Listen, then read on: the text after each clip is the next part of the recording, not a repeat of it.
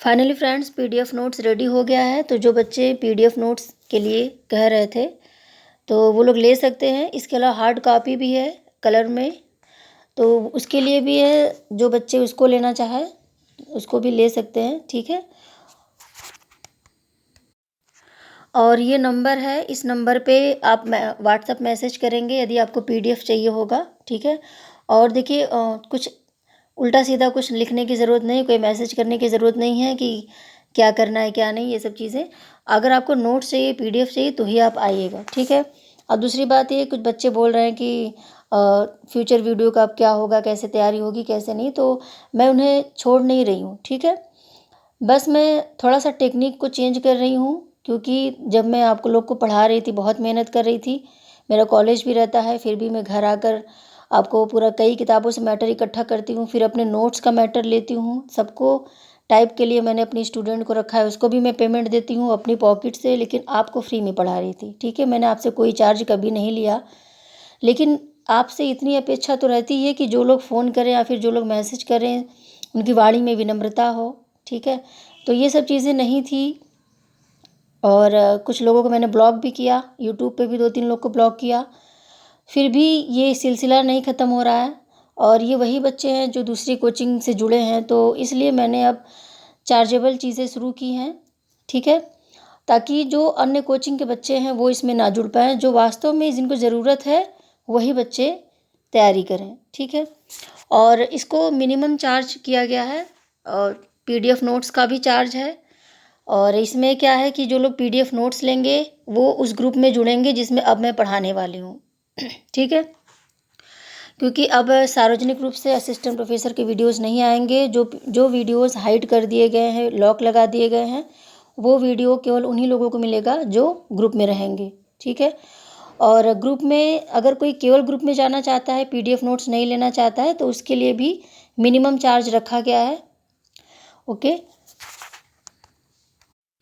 और ये फ्रेंड्स आपके लिए बहुत फ़ायदेमंद है, क्योंकि कुछ बच्चे हैं जो अन्य कोचिंग से जुड़े हैं, उन्होंने लाखों रुपए फ़ीस दी हुई है और वो मेरे चैनल को के वीडियोस भी देख रहे हैं चीज़ों को क्लियर करने के लिए। उनके कोचिंग वाले खुद ही उनको सजेस्ट कर रहे हैं कि आप उस चैनल पे जाइए, ठीक है। तो अगर आप भी वही चीज़ पा रहे हैं जो दूसरे लोग पा रहे हैं, उनको और भी ज़्यादा मैटर्स कहीं से मिल रहा है, तो आपका बहुत बड़ा नुकसान है इसमें।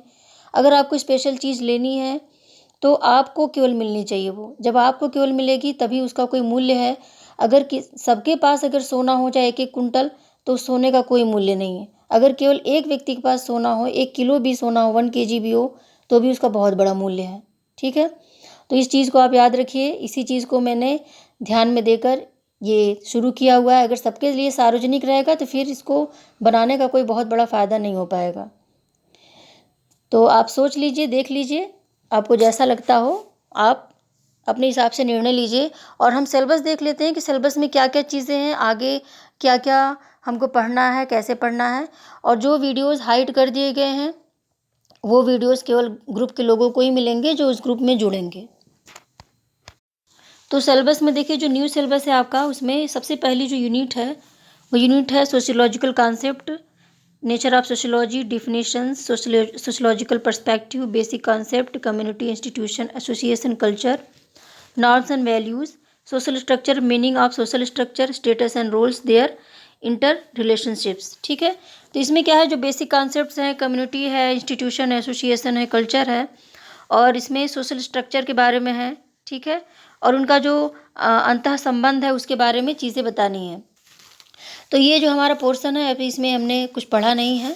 फिर देखिए यूनिट नंबर 2 है कि social group, secondary form, formal, informal, in group, out group, reference group, social institutions, marriage, family, economy, polity. तो ये सारी व्यवस्थाएं हमको पढ़नी होगी, ठीक है। यूनिट 3 है social stratification, social definition, hierarchy and inequality, forms of stratification, caste, class, gender, ethnic, theories of social stratification, social mobility, ठीक है। तो इसमें भी है, ठीक। और ये चीज़ है कि जो ये सिलेबस दिया गया, इस सिलेबस के नीचे लिखा हुआ है और यूपीएससी की तरफ से कि प्रत्येक यूनिट से 3 क्वेश्चन पूछे जाएंगे, ठीक है। तो इसमें से हर यूनिट आपके लिए इम्पोर्टेंट है। इसीलिए सारे यूनिट्स को ख़त्म करना बहुत ज़्यादा ज़रूरी है। अभी हमको इसको पढ़ना है।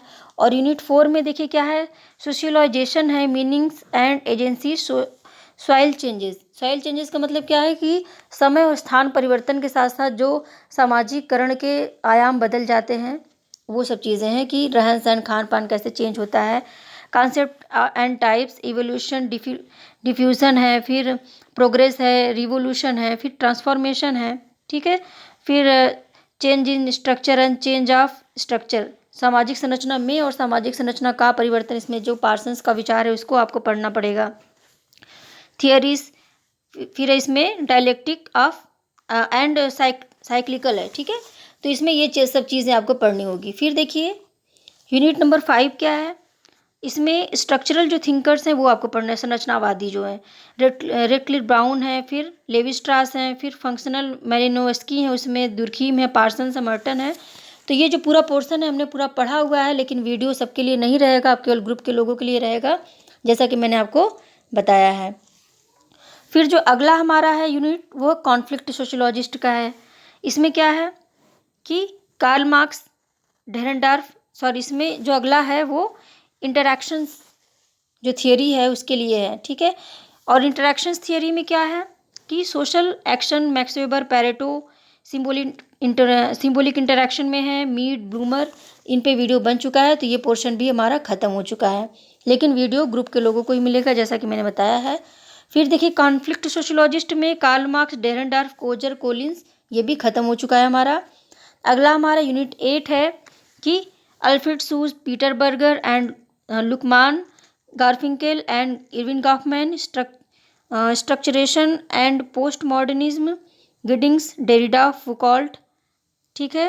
कॉन्सेप्चुअल चीज़ें हैं इसमें, इंडियन सोशियोलॉजी से रिलेटेड। और कल्चरल डाइवर्सिटी है, जिसमें रिलीजन है, इल्यूगिस्टिक है, लैंग्विस्टिक है इसमें, और रिलीजियस है, ट्रिबाल है। ये सब चीज़ें आपको देखनी होगी, ठीक है। अब देखिए यूनिट 9 है। अब देखिए यूनिट नंबर 9 हमारा क्या है, इंडोलॉजिकल टेक्सचुअल पर्सपेक्टिव, यानी जो भारत विद्याशास्त्री परिप्रेक्ष्य है, जीएस घोरी है, लुइस डिमांड है। स्ट्रक्चरल जो इंडियन सोशियोलॉजी में है, functional perspective, M N Srinivas, S C Dube. Marxist perspective में डीपी मुखर्जी, एआर देसाई। तो ये पूरा पोर्शन हम पढ़ चुके हैं, ठीक है। और फिर देखिए यूनिट नंबर 10 है, मेथोडोलॉजी से रिलेटेड है इसमें, और इसमें हम रिसर्च से रिलेटेड चीज़ें पढ़ेंगे। रिसर्च से संबंधित कुछ वीडियोस बनी हैं, कुछ टॉपिक्स रह गए हैं इसमें, ठीक है। क्या है, meanings and nature of social research, फिर है साइंटिफिक मेथड है इसमें, फिर ऑब्जेक्टिविटी एंड सब्जेक्टिविटी है, ठीक है। ये चीज़ें हैं, तो इसमें कुछ चीज़ें रह गई, कुछ पढ़ना है। और यूनिट नंबर 11 क्या है, देखिए survey, research, design and its type, hypothesis, sampling, techniques of data collection, observation, questionnaire, schedule, interview, ठीक है। और फिर qualitative methods, participant observation, case study, content analysis है इसमें। फिर स्ट्रैटिफिकेशन है, स्टैटिक्स एंड सोशल रिसर्च है, मीन, मीडियन एंड मोड। तो ये सब चीज़ें जो रिसर्च से रिलेटेड हैं वो कुछ आपको पढ़नी है, कुछ चीज़ें बताई गई हैं इसमें।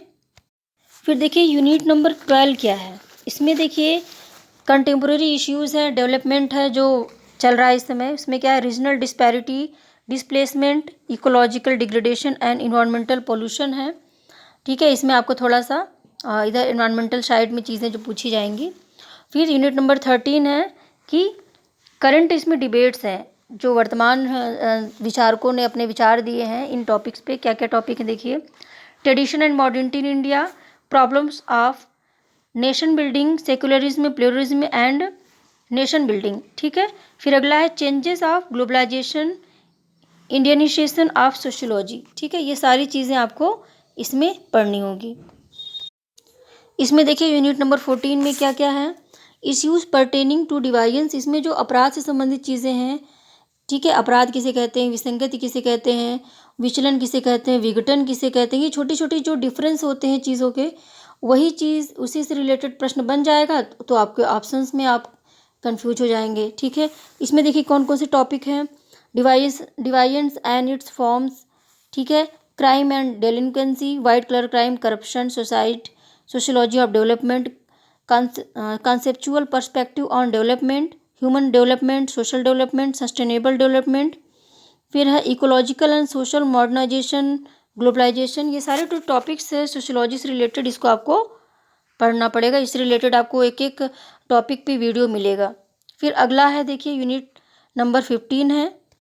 फिर देखिए 15 नंबर का जो आपका है उसमें रूरल सोशियोलॉजी से रिलेटेड, जो गांव का समाजशास्त्र है, ग्रामीण समाजशास्त्र है, उससे रिलेटेड प्रश्न आएंगे। ठीक है, जिसमें अप्रोचेज हैं रूरल सोसाइटी के, फिर अर्बन डिफरेंसेस है, रूरल अर्बन डिफरेंसेस कौन कौन से हैं, ग्रामीण नगरीय समाज है, फिर पीजेंट स्टडीज़ है, किसानों पे जो अध्ययन किए गए हैं, विभिन्न विद्वानों के विचार, जो नए विद्वान हैं, पुराने विद्वान हैं, उनसे रिलेटेड जो चीज़ें हैं उनसे पूछी जाए, उनके बारे में बताना है।